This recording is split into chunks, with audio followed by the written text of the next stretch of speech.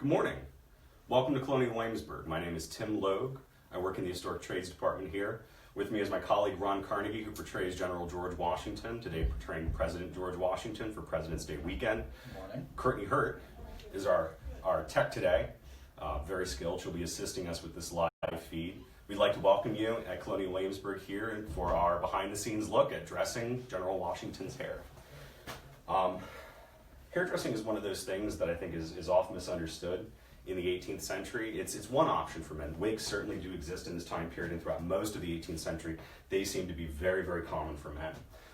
Towards the end of the 18th century, mostly by the time of what we call the Federal period, the early Republic, and especially during the presidency of George Washington, this seems to be what a lot of men are doing.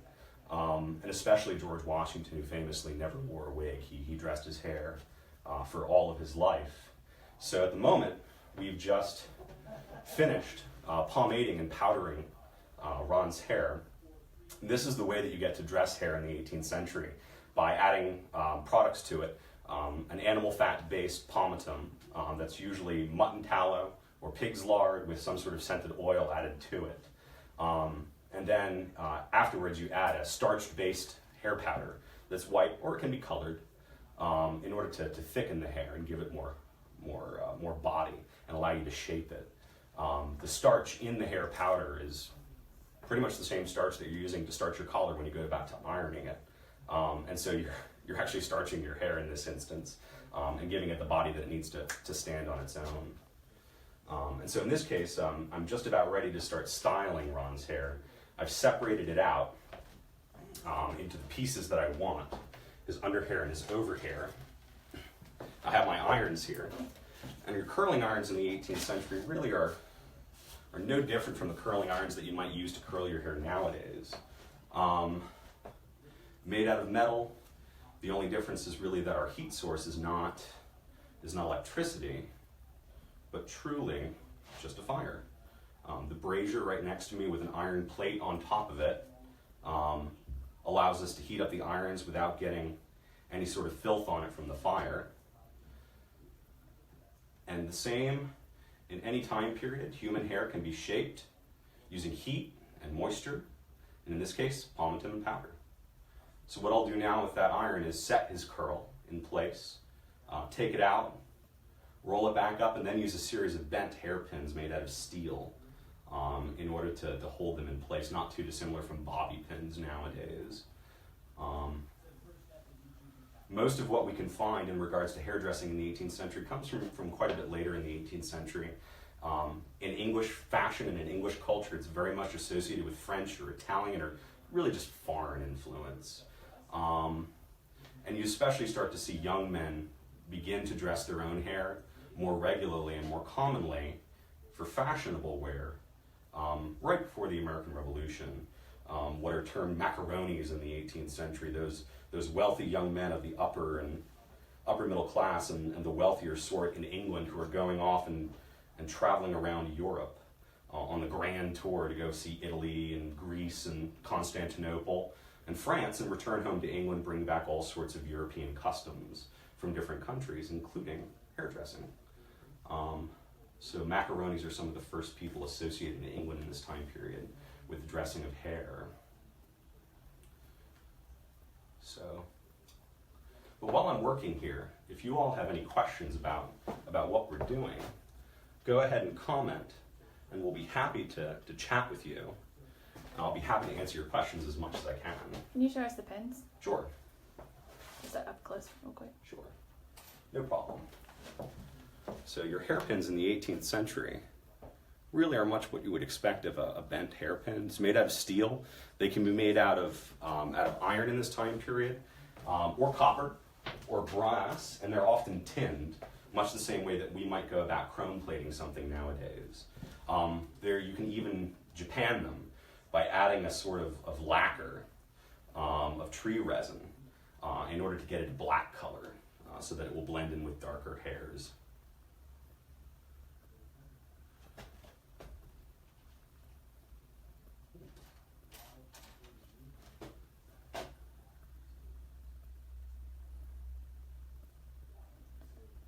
We have a comment from Amy, Hmm. would men be dressing men's hair, or would a woman ever be dressing a man's hair? You see both in the 18th century. That's a really good question, Amy. Most trades in the 18th century, and this is certainly a generic overgeneralization, most trades in the 18th century tend to be male-dominated. There are female-dominated trades in this time period, but most of the images that you tend to see of men's hair being dressed tend to be male hairdressers dressing that hair. In many cases, what you find is that that man dressing a man's hair is in fact a body servant of some sort, a valet or a butler, someone who's trained in hairdressing specifically so that he can dress his master's hair. Inevitably, what that means here in Virginia is slaves are dressing a lot of people's hair. It's a slave society in the 18th century. Almost 1/3 of the population that we can estimate nowadays are enslaved here in Virginia. And for those people that are living at an upper middle class lifestyle, and certainly an even better lifestyle, which is not just a few people here in this time period, it's slaves within their household that are being sent out to free, usually white hairdressers, to be trained in how to dress hair. This is common not only of hairdressing, but of barbering, cooking, scullery, laundry, blacksmithing, coopering, brick making. Many trades in this time period in Virginia are being done by slaves here.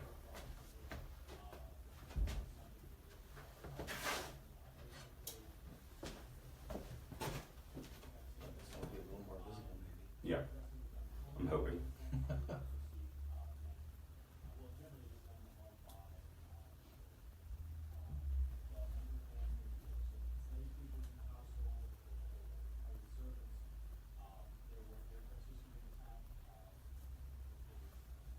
So setting the curl now just using heat will take but a few seconds. So we have another question from Kate. Mm-hmm. Are two rolls on each side most common, such as you are wearing, Tim? Would more rolls be a sign of status? Not necessarily. Fashion is accessible to everyone in the 18th century, regardless of your wealth. Even nowadays, you can go out and find a pair of jeans for $20 or $2,000. It's entirely up to you how much you want to spend on your fashion. How much time you spend with your hairdresser, well, that's certainly going to add up in terms of cost.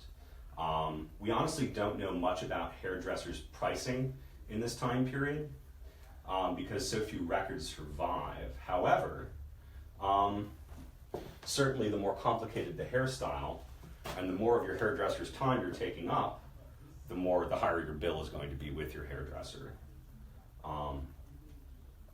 And of course, if you're employing a household servant, a butler or a valet or a body man to do that hairdressing work for you, well, you've already got quite a bit of money, don't you? And so you'll find a variety of styles that come and go throughout the 18th century. The hairstyle that I'm wearing now is a fairly plain one, by all accounts, but still very fashionable for a young man in the 1770s or the 1780s, with just a simple club and back and two buckles. The buckle is the name of The curl. Yeah. The buckle is the curl. And so what are you doing just now? Right now, I'm taking the curl off of the curling rod, which, actually now I understand what's wrong. I did not take it out of the rod when I went to go curl it up. My fault.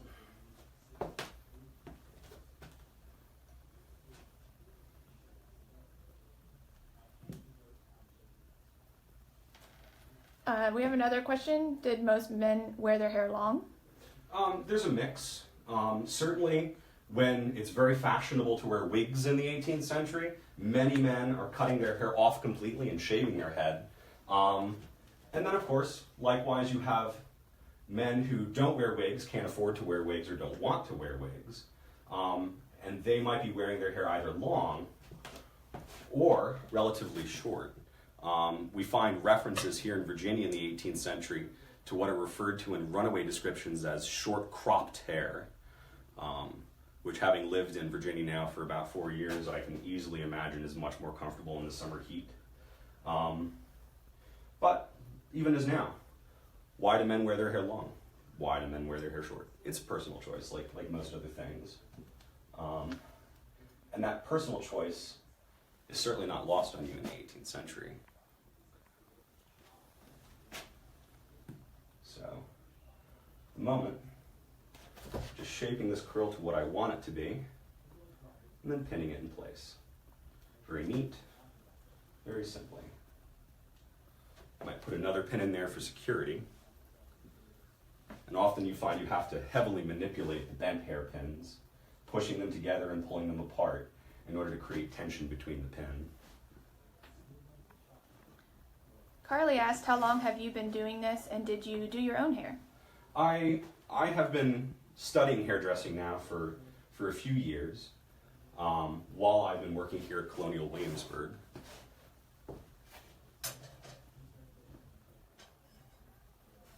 And I dress my hair every day, and that's just my personal choice. It takes me about 10, maybe 15 minutes in the morning, very, very simply, but that comes from nearly a year of practicing it myself. I'll put that through a comb first.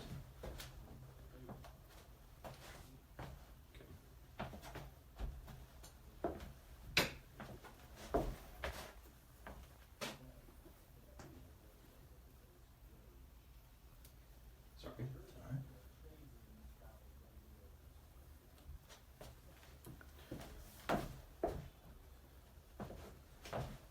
So, in terms of my hair, I chose to start growing my hair out long when I started working for Colonial Williamsburg.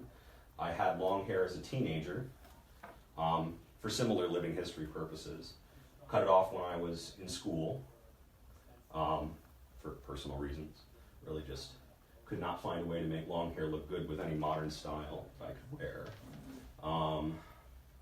And since I've been working here at Colonial Williamsburg, I thought it was a fantastic opportunity to bring something new to people that come and visit us and want to come to see what the 18th century looked like. And again, that was just a personal choice on my part.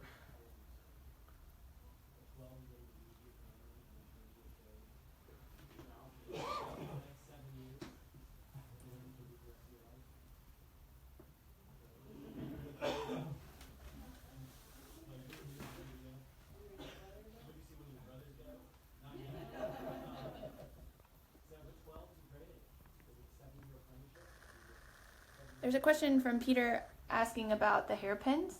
Yes. Is there any historical sources about hairpins? Yes. Because he finds there's also an S-shape pin as well. There are S-shaped pins in this time period, but I honestly have not done that much research about them, so I honestly don't know. However, one of the best sources for general information regarding the equipment of tradespeople in the 18th century is actually a French source that was published in the middle of the 18th century by a man named Diderot, who leaves an encyclopedia, a multi-volume encyclopedia, which I'm sure is fairly well famous in the academic world. But Diderot gives us a number of copperplate images that show all of the tools that tradespeople use, as well as hairpins.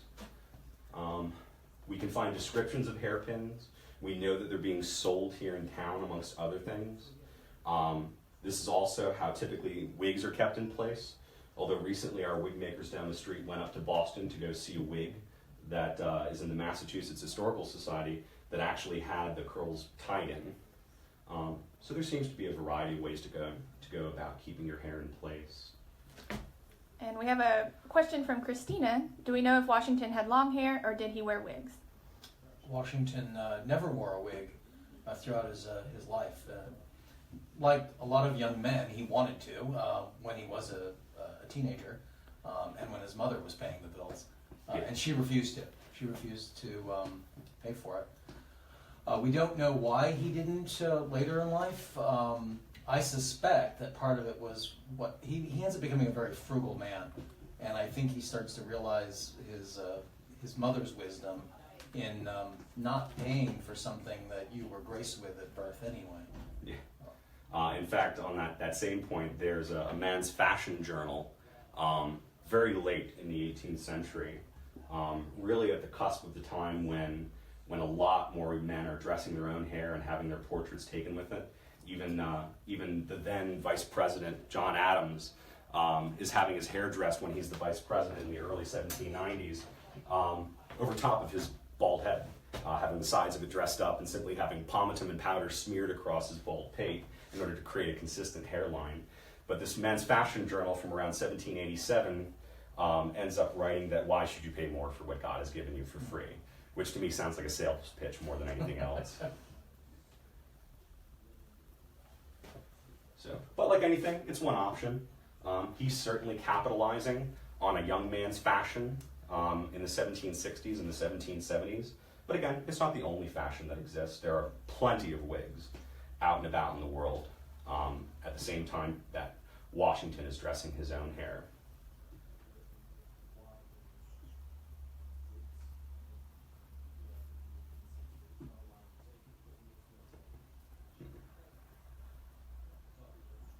Right now I'm just testing the temperature of the iron, feeling it through his hair. Treatises in this time period recommend that in order to go about gauging the heat of the iron, unlike nowadays where you can just set it to the temperature that you want to when you plug it into the wall, that you take a piece of paper or a wet rag to it and just brush it across and see either if it scorches the paper or if it makes the wet rag hiss. And based on how much it hisses or how much it burns the paper or how warm it feels in your fingers through the paper, you can then gauge the temperature of the iron so as not to scorch your client's hair. Or scalp. Or scalp. Is that too hot for you? No. Okay. No, I've been surprised by that part. The pomatum and the powder acts like insulation for the most part. So please keep your questions coming. I'm very happy to chat with you all while I'm working. This is from Carly again. For those who wore wigs, did they have a wig cap equivalent? Honestly, I don't know. It's a fairly general question, and as much a matter of personal choice as just the option to get a wig over dressing your own hair. There are caps in this time period, essentially skull caps, that I have seen references to that you can wear under a wig. However, you see a lot of references to men just shaving their head bald when they go about to get a wig. For ladies in this time period, most of the wigs that seem to have records that survive tend to be men's wigs, whereas throughout most of the 18th century, women are dressing a lot of their own hair, although there are plenty of records for women's wigs as well. So, like men's wigs, it's a mix. In men's fashions and styles, there's a mix of options available to people in the 18th century. I'm sorry if that's somewhat vague and sideways an answer, and I wish I had a better answer for you. There's hair pieces too. Certainly. In fact, you start to see references to what are being advertised as men's toupees in the 18th century being sold, which, not being the toupee that you might think of nowadays as something to cover up a bald head, seem to be additions to hair. Often what you probably might refer to nowadays as a bumpet that will go into your hair and either add to the volume of it by acting like a pillow underneath of your hair, or are oftentimes a matted piece of hair that will simply get pinned into your head. So both exist. And we have a question also. How long did the styling last? How often did each person need to have their hair dressed? That's a really good question. That one is a little more open to interpretation. There are references, individual references of how often people are having their hair dressed or dressing their hair. I can't think of any offhand. But hairdressing treatises in this time period will talk about how to best go about redressing the hair after you sleep on it, how to make the curls look lively and healthy and bouncy again, simply by combing out some of the ends and adding a little bit more powder on top of it. And so some people, it seems, are letting hair go from one day to the next and just sleeping on it. Some people might go and have their hair redressed every day. I guess it really depends on the texture of your hair, what your hair is going to do. If your hair is somewhat thin and straight and wispy and it doesn't curl and mat very easily, it's very likely that you might need to have your hair dressed every day in order to add some more of that shaping to it and to reshape it. But if you have very curly, tangly hair, it's very likely that you probably could go one day to the next with at least a minimal amount of dressing intact. Personally, I never try to sleep on my hair. It really just, truth be told, it actually interferes with my neck, and it ends up craning my neck as I lay my head on the pillow.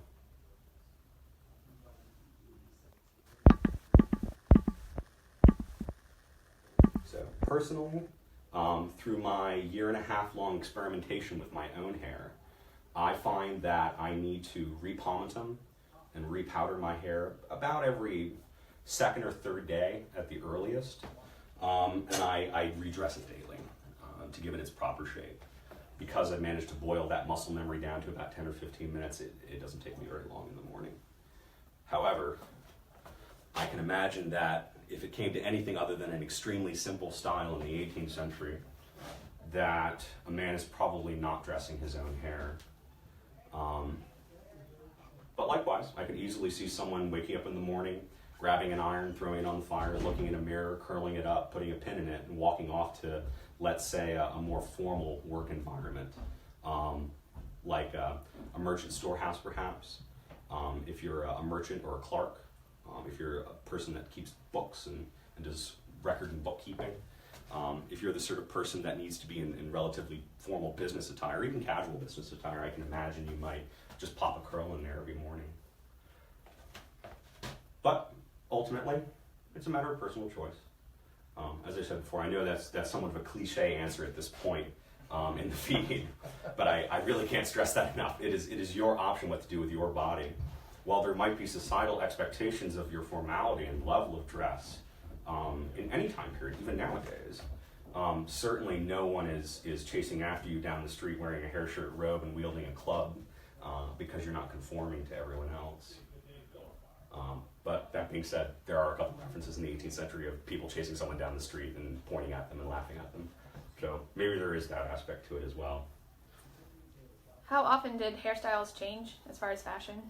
In general, men's and women's fashions in the 18th century can change anywhere from 2 or 3 times per year to 4 to 6 times per year in the 18th century.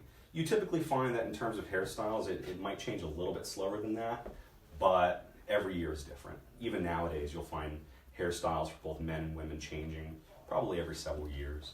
At least when it comes to the general look, the little details might change. How you go about shaping it, how you go about dressing it might change from season to season. But when it comes to the general look, we'll call it the silhouette that you're trying to achieve with that fashion and with that style, that probably only changing every couple of years at most. Throughout the 18th century, you start to see that things like very formal, what are known as bob wigs in the 18th century, which are a series of curls right below the neck. Those are very popular, especially for formal and business wear in this time period. But that changes over time. So we just had a question from Sky. Can you explain what you're doing right now? Right now I'm blending the curls in together to create one continuous curl around the back of Ron's head. Typically how this is achieved in the 18th century is with the assistance of a little tiny comb, so you can actually blend the hair in together. Well, and with the absence of a little tiny comb to do this, I'm having to do this manually. And I hope that you please will bear with us throughout this. This is the first week that I've had a chance to dress Ron's hair, and so we're still working out some of the kinks. All of what we do here is experimental at Colonial, well, in some ways experimental at Colonial Williamsburg. Our way of studying history and study how they did things and why they did things is to do what they did in the hopes of gaining some understanding of their thinking and their mindset and their worldview, which of course affects our worldview nowadays. And so by studying their techniques, hopefully we can we can gain a better understanding of ourselves. On average, how many pins are you using per roll or buckle? I'm using about 2 per curl. In this case, I might put in a few more just to stabilize the joins and certain pieces which didn't maybe catch all of the hair that I wanted it to. I will typically use about 2 pins for each curl in my hair, and so I have about 8 in my head right now. Ron's probably going to end up with something on the order of about 20. It seems like a lot more than that when I'm taking them out. Yeah. It becomes a matter of, you stuck the pencil in your hair to get rid of it, and now you find it again 4 days later. I've certainly been in the somewhat embarrassing occasion where I've been out and about with friends, maybe to a restaurant or to a bar, and I look down and suddenly a hairpin falls out onto the table. So they can get kind of sneaky. And can you go over the powder and what it's made of? The powder in this time period is made out of starch, wheat starch most commonly. And it typically will contain something like bone meal powder that's been ground up into a very, very fine substance in order to break up the starch so that you don't end up making a dumpling inside your head, I think. As you're applying this animal fat and then applying essentially starch right on top of it. There are other things that might go into it to stabilize. I've seen recipes that include things like orris root, which we still use today in some cosmetics as a stabilizing agent to prevent rot and decay and mold and mildew, as well as cuttlefish bone that seems to come up quite regularly in recipes from this period. So there are a number of different ingredients that will go into hair powder. When it comes to colored hair powder in the 18th century, you actually find that ochre is not unknown to be used, as well as some other agents. Sometimes there are recipes that will call for you to throw rose petals or lavender into the powder and simply shake it up in order to let some of that powder come off, some of that color come off as a pastel in the hair powder. So, Is there any type of other type of roller that you may have used, such as a pipe clay roller in the 18th century or a wood roller? Wood rollers are used in this time period. Pipe clay rollers tend to be used for curling hair for wigs because typically those are heated up and then the hair is curled around it and it's left set. Using clay curlers in hair is a lot more complicated and a lot messier than just simply using a hot iron. The wooden rollers, which I have one right here, you find in plates and images from this time period, but these aren't terribly common from what I can see in descriptions and images. They exist though, and it makes a lot more sense than having to finagle with a hot iron. I'm just not using them right now. We have a question from Carolyn. Would George Washington work or read as this was being done? That's a really good question. I can't imagine he did a whole lot of working because you have to keep your head somewhat still for the hairdresser. Reading, I could see being done. I'm drinking coffee. So. There's actually at least one image that I've seen in the 18th century. It's a satirical image of a man reading a newspaper while he's having his hair dressed. In fact, I've seen that a very similar image of a man being shaved and reading a book at the same time as he's looking up. So I can imagine if that's what you wanted to do. Ron has satisfied himself with a cup of coffee this morning. Listening to the interpretation. Yeah. So our combs in this time period, a lot of them are made out of horn. Other materials exist. Bone, wood are all used, but horn is really the plastic of the 18th century. Not least because it's inexpensive and prevalent and easy to make, but it is literally plastic. You can mold horn using heat and using moisture, much the same way that when you jump out of a hot shower, your hair and your fingernails become soft and pliable because it's made out of the same keratin protein. So the same protein that an ox's or a lamb's or a goat's body produces to get their horns and their hooves are the same material that your hair and your fingernails are made out of. So.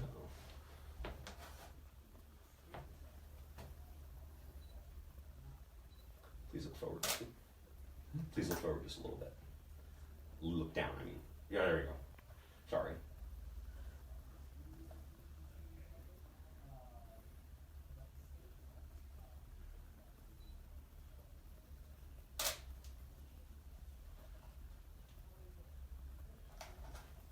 And what would the pomatums been made out of again? Pomatum is typically made out of animal fat of some type. I typically use mutton tallow, which is sheep fat in mine. There are recipes that include pig's lard as well to soften it up for wintertime pomatums. There are also recipes that include beeswax, both as a means to keep it from melting in hot temperatures and as a means to get rid of flyaways and the like. So I think that we are just about there.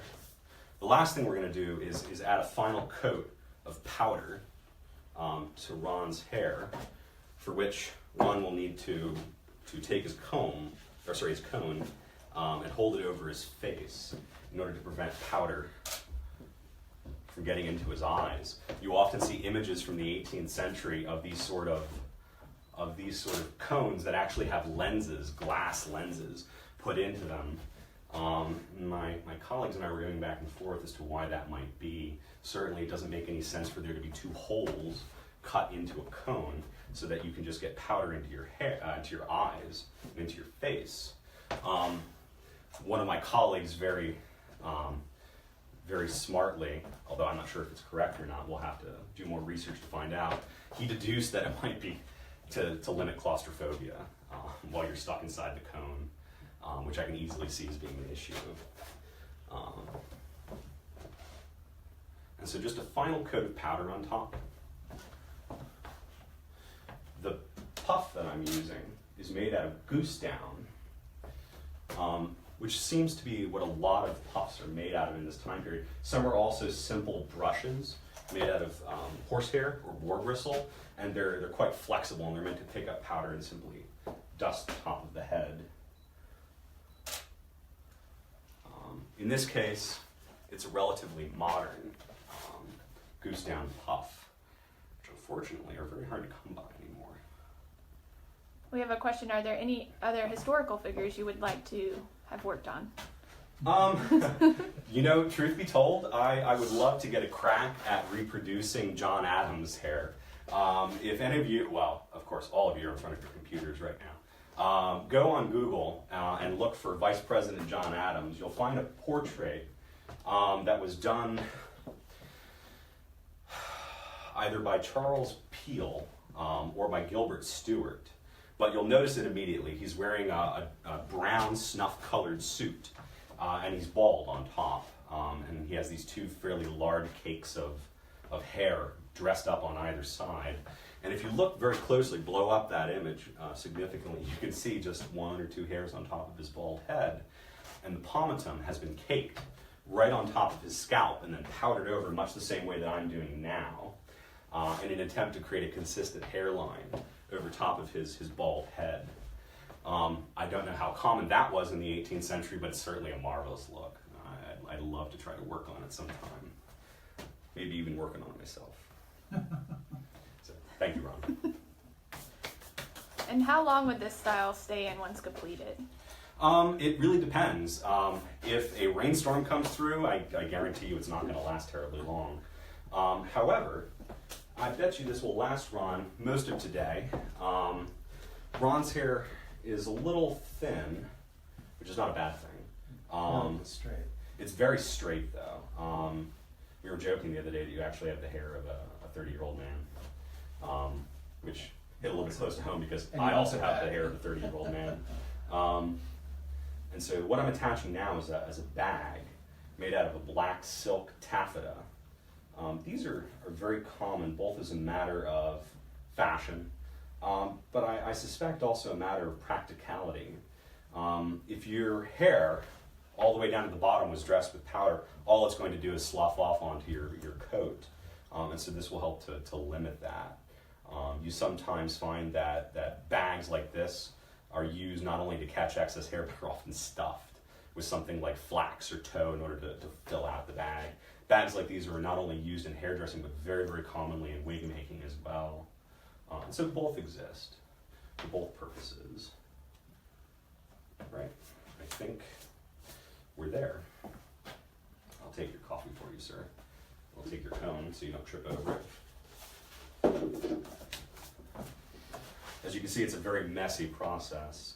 I suspect that doors and windows would be wide open during a hairdressing. Most of the images that I can find from the 18th century that depict hairdressing are either taking place in large single-story one-room shops where all the doors and all the windows are wide open, or they're taking place in garracks. And a garrack is the top story of an urban living domicile, or just a large urban building. And you oftentimes see that these garracks have big bulkhead windows to allow light in. And very commonly, those bulkhead windows are always wide open when powdering is being done. And there's always a layer of powder on the floor. So right now I'm just using a horsehair brush to get off any of the excess powder that happened to make it through the apron that I had on Ron.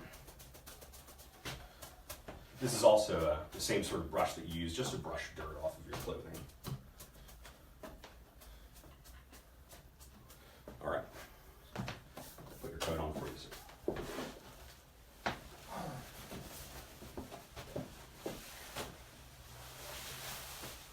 Don't pull on it. Ah, there you go. Hair bags through.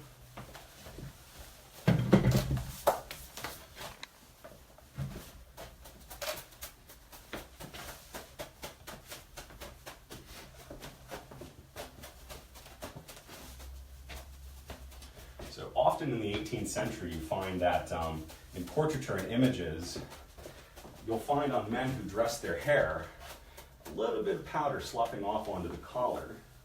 In fact, there actually seems to be a fashion for this, as they don't ever seem to clean it off. There are some references in young men's fashion journals in this time period about leaving a little bit of that hair powder on your collar as a fashion symbol.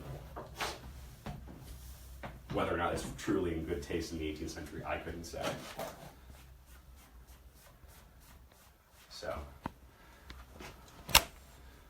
Ron's hair being completed, I think before we wrap up here, I'd like to share something with you all.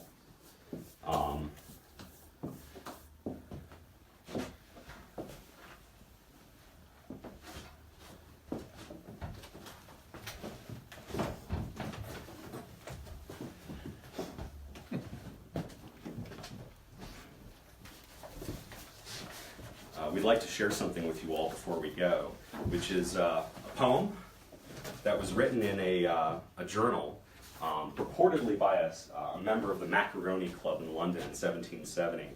And the last verse of this poem goes, "So may no chance the latent wires disclose, or your false locks to tittering bells expose. So may your tresses the attack sustain of rustling tempest and of moistening rain, and every curl in lasting order stand, unmoved and faithful in the artist's hand." Thank you for joining us for our behind-the-scenes dressing of President Washington's hair this President's Day weekend. Ron and I were thrilled to have you with us here, asking questions and listening to what we had to say. We hope that this engenders some interest in you to go out and read more, or maybe contact us. You can always visit our website, www.history.org, which will link you to all of our research and our database links. In our research and database links, if you ever have questions or would like assistance with projects, or are ever looking for more knowledge, we're always happy to share that with you. Simply use our website and contact us. We hope that you enjoyed this, and we hope that you come out and see us on President's Day weekend. So have a happy and safe President's Day weekend.